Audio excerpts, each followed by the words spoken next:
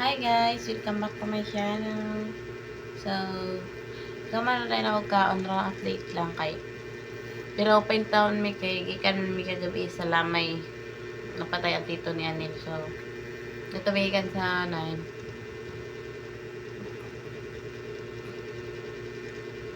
sa Valenzuela mi kagahapon dito mi niya.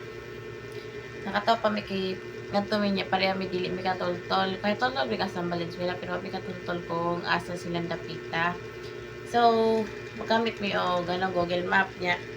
Pareha pa mi anili mi kiba mo gamit og Google Map. Di nasaag-saag mi kapila na mi si tuyok balik na pud mi sa mong agi, sakay na pud mi jeep, paabot na mga to, na pud mi way na pud ganito. Hantod sa nakasuroy-suroy mi asa mi dapitan nagsuroy-suroy. Aw karon guys, gikan mi nga alas 10. So naabot mi ngadto kay og tuyo og di mi magsaag-saag na mi sa mga 30 minutes or 40 minutes. So alas 10 mi diri sugod abot mi ngadto sa ilaha mo alas 2. Ay, na gabi-gabi na mi na uli kaya piraw-piraw po.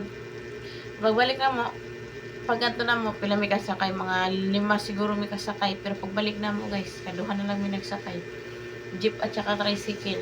Pag pangato na mo una, tricycle, sunod jeep, sunod jeep, sunod jeep, sunod jeep. Isipan mi tawid sa karsada kay hindi pa mao. Ay, madlay na yung biyahe mi pareha mi. Dili kabisado ang daan ba.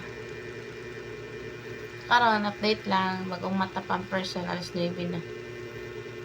Bye guys, yun lang guys. Don't forget like and share, subscribe. Bye bye.